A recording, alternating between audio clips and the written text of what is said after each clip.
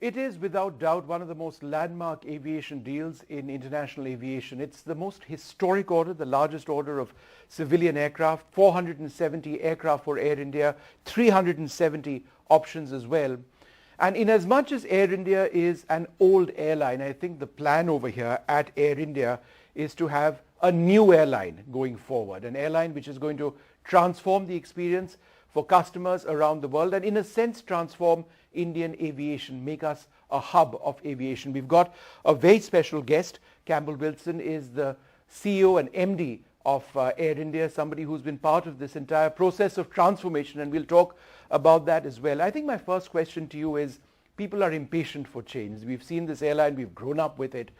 So in 1 year from now, what can we expect? And then let's say 3 years and 5 years, what will we see? Well, we are also impatient for change too. We've been working very hard over the 1 year since privatization and the 7 months since I came on board to map out what is our transformation plan. And as you well know, we've got a 5-year program split over 3 phases covering many, many different work streams to fix the basics, build platforms for the future, and then grow to what we aspire to be, which is world class.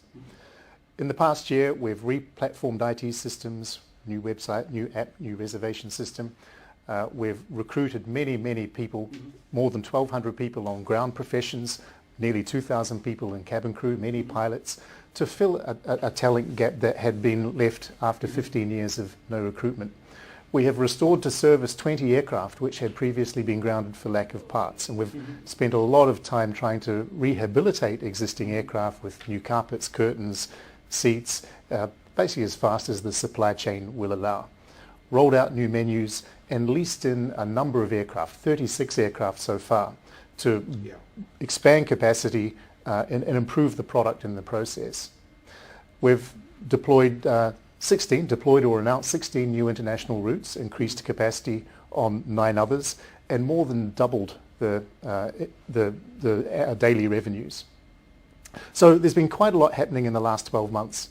In addition to that, we have planned for and committed $400 million to refurbish the interiors of all of our wide-body aircraft, which will commence service from the middle of 2024. And as you rightly say, we have completed the negotiations for the largest order of aircraft by any airline, anywhere at any time, which will further improve the product and power, clearly, network, but also capacity growth. So it's been a busy 12 months. So I think it's important perhaps to point out that once you have your refurbished aircraft on board, along with a few new build aircraft, the quality of the customer experience on board immediately gets improved, right? Absolutely. So the immediate action was this carpet seats, right, to just get a level of basic standard. Committing to these leased aircraft allows us to elevate in the immediate term whilst we plan for and execute the refurbishment of wide-body aircraft. People might not realize that it takes about 18 months after you commit the money and decide what product you want to go through the regulatory and engineering and manufacturing process for new seats, as well as installation on the aircraft. So we're going literally as fast as it's possible to go. So that's the medium term. Then clearly the long term is the new fleet order. These aircraft will come with the latest generation seats and flat entertainment. So by the end of 2024, I think it's quite clear that the vast majority of services that people will experience from us on board the aircraft will be absolutely brand new. Let's talk about ultra long-haul routes or long-haul routes because a lot of the aircraft you're acquiring are specifically being acquired with that in mind. I'm interested in the 777X. That's a wonderful platform coming up, but certainly the A350s, which will form such an important benchmark for you. So where could I travel from in the years ahead from let's say New Delhi? Where would I likely have options on Air India? Oh goodness. The untapped potential of Air India, but also Indian aviation for non-stop services pretty much anywhere in the world is unparalleled. We have used the new aircraft that we're leased in, and we also plan for the new aircraft that we're purchasing to serve the long-haul markets. North America clearly is a very attractive market. There's a huge business opportunity. There's a huge diaspora. So you've seen already that we've mounted new services from Delhi. We've restored some services from Mumbai. We've restored services from Bangalore into North America, and that will continue to be a significant focus. In Europe, we've recommenced services into Copenhagen, to Vienna. We've put a lot of services into Gatwick, which previously weren't the case before, strengthening into London Heathrow, and we have further plans to strengthen the European market. So they're probably the top two priorities. Clearly there are many, many others in East Asia, Southwest Pacific and elsewhere that we want to strengthen, not just the footprint, but also the frequency. Yeah. Because hitherto perhaps Air India was more of a leisure airline or a visiting friends and relatives airline.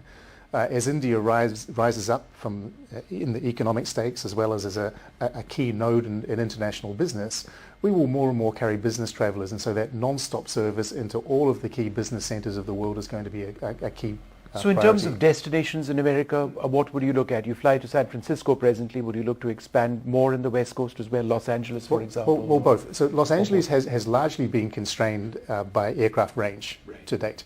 So clearly that's not going to be a constraint moving forward. But San Francisco, other destinations on the West Coast, Midwest, we're clearly into Chicago, Washington DC, New York, we've put a lot of capacity for recently, but also let's not forget Canada, Toronto, Vancouver, and there are a number of other North American destinations that we feel can be well supported by non-stop service from India. You also mentioned Southwest Pacific. Yes. So which areas are you looking Australia, at? New Zealand. Australia, New Zealand. We've increased services into Australia already, and we're looking to expand the presence there because clearly there's strong demand. Yeah. Why did Air India acquire, or why are you acquiring both the A350 and the 777X? Is there not an overlap in terms of their capabilities, the number of passengers they carry, and their range? Well, I think the order was split between the two principal OEMs, Airbus and Boeing, for a number of reasons. One is to ensure we get the absolute most appropriate aircraft for a particular mission. Different aircraft, different engine configurations are optimized for certain missions. So we wanted to make sure that we could optimize the network. Secondly, there's an element of strategic alignment. We want to make sure that there does we do have some competitive tension in negotiations, not just now but moving forward. There's also risk mitigation. When we have engine manufacturers, we want to make sure that there are different engine manufacturers on different types of fleet in case there's a problem with one that causes us not to be able to deploy aircraft as well as we want. We're seeing that in the market today. Right. So there's many, many reasons why we decided to split the order as we did, and it's not uncommon. If you look at other airlines of a similar scale and a similar geography, our future fleet is not materially dissimilar. Yeah, there's more I needed to ask you about destinations. We spoke about New Zealand, Australia, North America. What about Africa, which is presently very underserved, and there is a diaspora there as well? What are some of the other areas? Absolutely, and by mentioning Southwest Pacific was not to the exclusion of anywhere else. But if you look at India in terms of geographic position, population obviously, economic growth, demographics, global supply chain reconfiguration, all of these, and clearly the diaspora, all of these things are pointing to India becoming more and more a centre for international aviation. Yeah.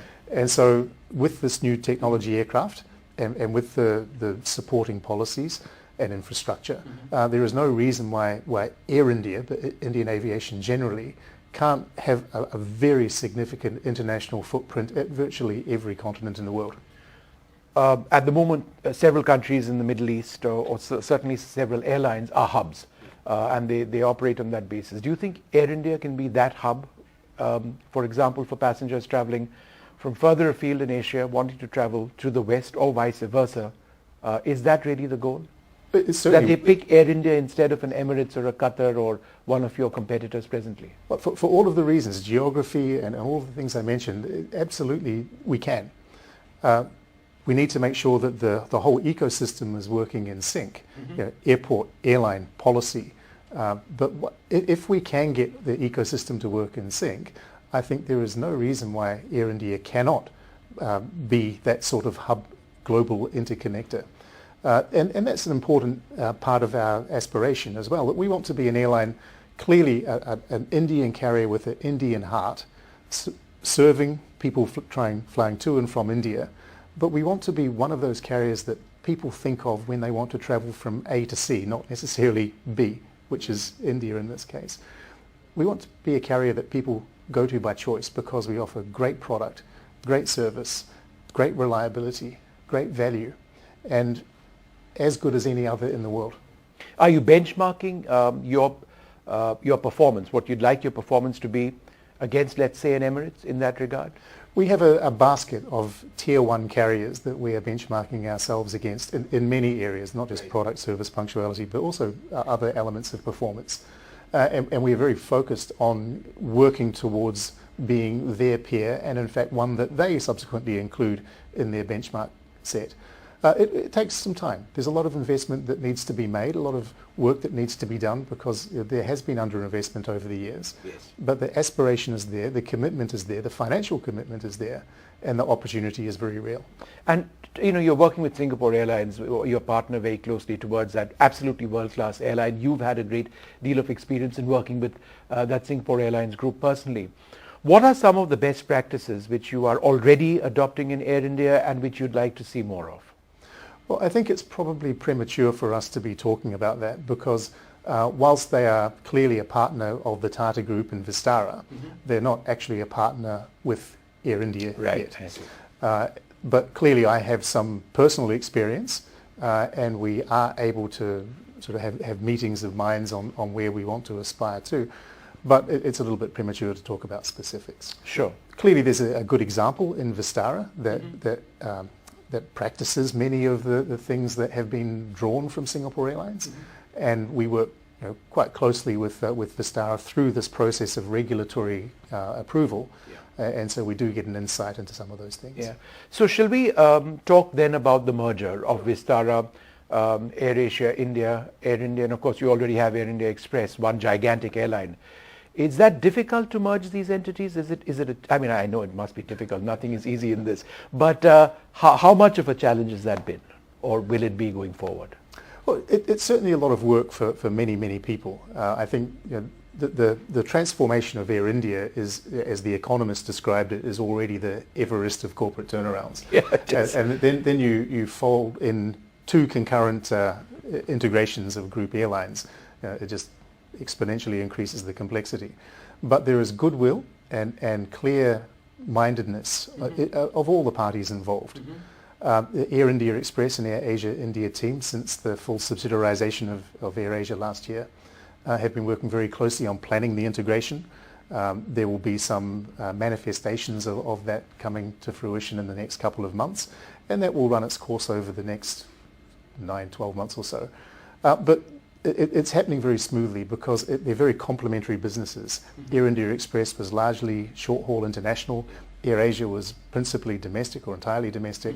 And so there are a lot of immediate synergies that can be realized and an opportunity for Express to leverage on the systems and platforms and processes that had been implemented by a much younger and obviously private Air Asia.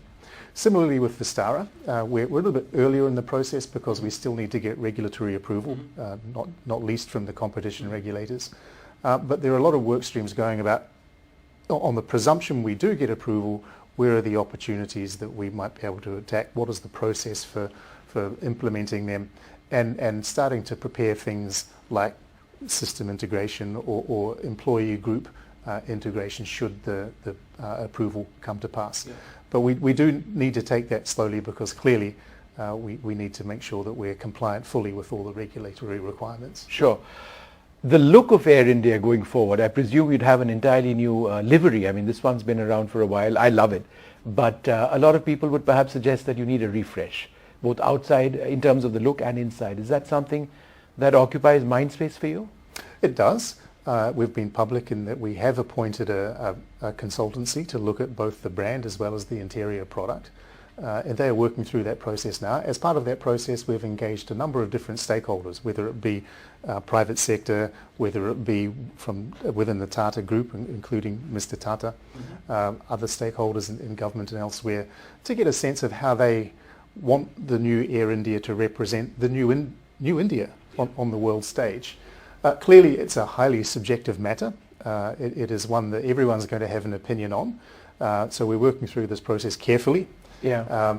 But yes, I think when we have a new Air India and we can stand behind with pride and confidence, a new product, new service proposition, new fleet, I think it's perhaps appropriate that we have a different visual representation to signify just how different this new Air India is. And when would you be announcing that? Well, I think we need to let the process run its course. You haven't finalized a livery at the moment or a look. It's still being spoken about, or is there something that you've said, "No, this is what it's going to be," but I just can't tell Vishnu right now. No, we're not there yet. Right. One of the most fascinating aspects of Air India in terms of the look, once again, is the historical connect. There were beautiful murals painted on in first class and business class. Even the windows have had a certain design outside. So there is that historic association which exists. Would that still be there? Because in aspiring for a new India, would you necessarily keep that aside because that's been done with, or do you think there would be elements of that? Air India has 90 years of history. Yes, huge. And 90 years of assets and imagery and heritage. And so we do want to carry elements of that forward. It's important. Equally, we need to look at the future, and we do need to demonstrate that we're not just rooted in the past, we're also aspiring towards something in the future. There are other entities that we would like to respect as well. Vistara, assuming we get approval. Yes. They've built a very good airline over the past 8-9 years. And so I think there's more than 5,000 people there that have an interest in how the new airline is represented. So I think this is really an opportunity to think freshly whilst respecting and would the Maharaja be a part of your plans? The Maharaja will certainly be a part of our plans. How it is part of the plans, let's let that process run out. But it's a very, very, he and maybe she, very important in future. He and maybe she. So that's interesting. I mean, is that something that you would perhaps look into? Having a mascot, also a woman, as part of your sort of mascot or mascots? I think we need to consider all things. I mean, the world evolves. Yes, absolutely. And expectations evolve. Expectations not just of Indian society, but of global society. And so I think this is an airline, as I say, that needs to also look at the future whilst respecting the past. And so this is one of the many things that we need to consider as part of a brand reset. When it comes to designing the interior, I mean, there are several leading manufacturers of, let's say, seats and in-flight entertainment systems. Will they be designing to what Air India's specific requirements are, or are you going to be buying something which is already there, which you feel works for you, and that you would have a fleet-wide adoption of that particular system or particular look or cabin? Well, the reality is that it has to be a combination of both. The process for designing a custom seat is very long, 4 years or so, because aside from the utility of it, there's also the regulatory compliance, many areas of regulatory compliance. Then there's the manufacturing process, which includes how heavy the seat ends up coming. So that's not a luxury that we have available to us, that 4 years of time. We've got aircraft coming imminently. So in the near term, it is going to be picking what's already been certified, customizing it to the extent we can, making it look clearly Air India, right.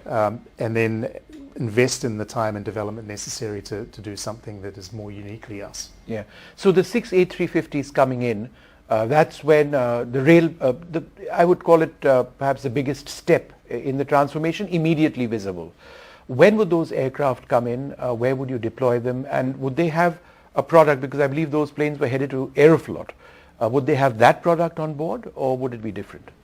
Well, I think we've already seen a deployment of aircraft with a much improved product. With the Delta airplanes, yes, there are 5 777s that are, I think we already have 2, maybe 3 in service now, serving North America, and that is a material improvement on the legacy product of Air India. The products coming in that formerly were destined for Aeroflot have an excellent product. We will be deploying with that product simply because the aircraft were already manufactured. And then some additional aircraft coming in during the course of the year that have an improved product. So I think probably by the end of this year, early next year, about 1/3 of our wide-body fleet will be effectively a new product. Right. Then over the course of 2024, we start deploying the existing Air India wide-body aircraft that have been completely refurbished with new seats, new in-flight entertainment, effectively new on board. Yeah. And would the 6 A350s have the new livery, or would they be the existing one? Let's wait and see. Aha, all right. Downstream job creation. Obviously, I mean, and we've read what the US president had to say about thousands of jobs in the United States, hundreds of jobs in the United Kingdom. Rishi Sunak came out with that as well. But what about India and downstream job creation? It may not even be associated with Air India directly. The reason I ask is because it's part of India's economic growth, this deal. Oh, absolutely. I mean, Air India itself, as we've talked about, is going to be recruiting, or has been and will be further recruiting significantly. We've already recruited more than 1,200 professionals on the ground. We've recruited 400 odd people at the airports. We've recruited nearly 2,000 cabin crew and subsequently more pilots. And this year it'll be at least that again, probably more. Mm-hmm. But the downstream effect is significant. This is a huge aircraft order. There are already components made in India for aircraft that we're purchasing, independent of this deal. And clearly there is an incentive with a much larger installed base of aircraft and engines in India for the OEMs to develop manufacturing and servicing capability in India. In addition, the global supply chain is being reconfigured for a number of reasons. Right. And India is really in a strong position to capture this reconfiguration. So yes, we don't see this purchase and Air India's transformation just for Air India. We see this really as a catalyzing of Indian aviation ecosystem, both in terms of airports and travel, but also all of the suppliers to the industry as well as those OEMs that manufacture the original equipment. Yeah. It must have felt great announcing the deal with the French President, Mr. Macron, over their White House statement later at night, and a statement from Rishi Sunak as well, with Mr. Ratan Tata, who's always sort of dreamt about this new airline, or the old airline turning new, once again, coming back to the Tatas. Could you describe that moment? Well, I think over the last few years, all of us have got very, very used to Zoom calls. And this really was one of those Zoom calls for the scrapbook that different windows, PM Modi, President Macron, and obviously Mr. Tata and others. It was quite surreal in some respects. Yeah. But very gratifying too. The team had put a lot of hard work over many, many months in putting this deal together. Yeah. It's one of the most complex deals I think I've ever been involved with or even observed. Given the level of interest in Air India and India's aviation transformation, given the number of players involved, given the number of aircraft sizes and missions that we were trying to solve for, given the number of engine manufacturers, given the permutations of which engines fit on which aircraft, and I think the team did an excellent job in piecing this all together. There must have been moments during that deal process, particularly with the engine manufacturers, because a very, very heavy competition as I understand it, where you would have thought that it's not really going the way we want to, it's not really working according to our budget, the time periods are challenging. Were there moments that you felt that your dream of what Air India should be based on a new fleet were not being realized? Were there moments like that? I think in any negotiation there are points at which there are some challenges, that one side has a particular view that the other one doesn't agree with. But I think what was really quite gratifying in this, that everyone saw what the potential and the opportunity was. And so notwithstanding that there might have been difficult points, the focus really was on how do we work around that and come to something that we can all live with. Yeah. And so again, I need to pay credit to the teams of all parties involved in reaching this outcome. And this was a lot of this was happening in London, was it? It was happening for many, many months in many locations, but ultimately as things reach the pointy end, sometimes just sitting down in a room day after day for a while allows people to dedicate the time and the focus to resolve what are the final sticking points. What were the biggest sticking points? That would not be for me to say. But there were sticking points which delayed the process? Well, or? There are always sticking points in any negotiation, especially one of this size and complexity. And also the time in which this will play out, because the aircraft delivery stream is over a few years, and the utilization of those aircraft is over many subsequent years. So what is done or overlooked now is material in years to come. So it's really just making sure that we have a clear understanding of the minutiae of the agreement, and that we're all aligned on those, because sometimes those little things can be what trip us up. Tough negotiations overall, I would imagine. Difficult? I wouldn't say, I mean, clearly difficult, clearly tough, but done in good spirit. As I say, everyone understands the potential of the market and everyone understands the potential of the airline.